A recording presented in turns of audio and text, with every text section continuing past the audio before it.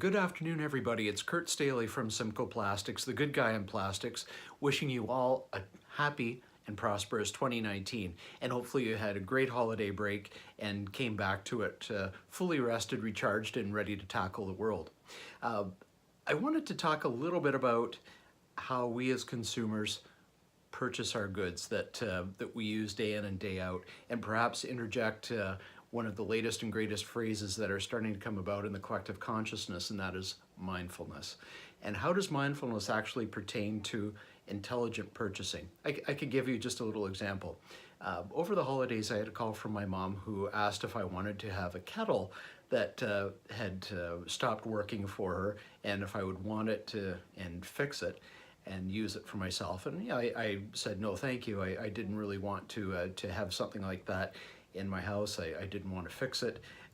It was a kettle that I think she had paid $19.99 for at a popular Canadian retailer. Doesn't matter what store, doesn't matter the brand of kettle. That's not the point. I don't want to get into that.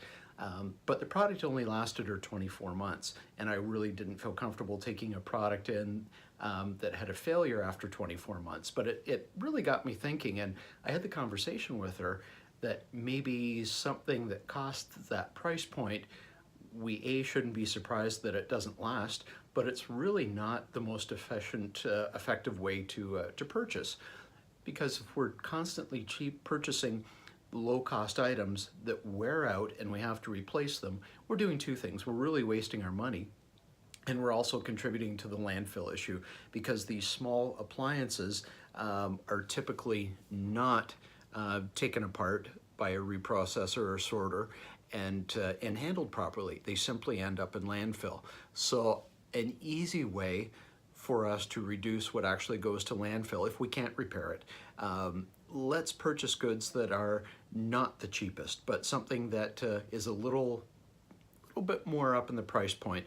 And if we're talking a small appliance like a kettle, not buying the $20 one, but maybe the $35 one. What if that $35 one lasted 2.5, 3, or 4 times longer? Well, then all of a sudden, it's not necessarily that inexpensive.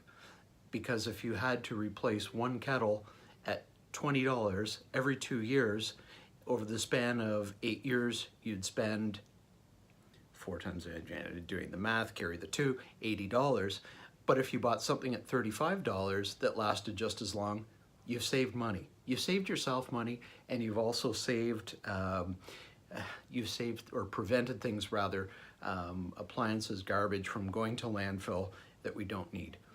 So why don't we practice a little bit of mindfulness in our purchasing and actually consider purchasing those items that are just going to last a little bit longer, and stop sending lower cost things to the landfill. It seems to be more of a North American phenomenon that we're actually quite interested in purchasing the cheap things. It's typically not done that way in Europe. It's not done that way in other countries where they sort of recognize the value of having higher quality items that last longer. I know it doesn't necessarily promote full employment, but we really need to look at shifting our consumerism so we buy things that last and stop sending items to landfill, especially those things that either cannot or are very complicated to take apart and recover the constituent components that make them up. So that's my request for you for this year. Start thinking about what you buy. Start thinking about maybe spending just ever so slightly more to buy better quality, and better quality things last.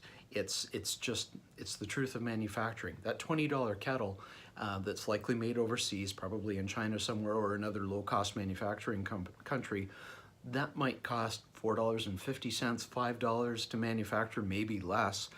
What sort of quality do you expect?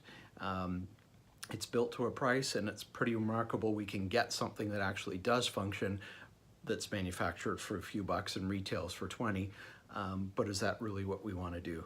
Do we want to continuously support the manufacturing stream that generates incredibly low-cost things that break prematurely, that end up in landfill well before their time?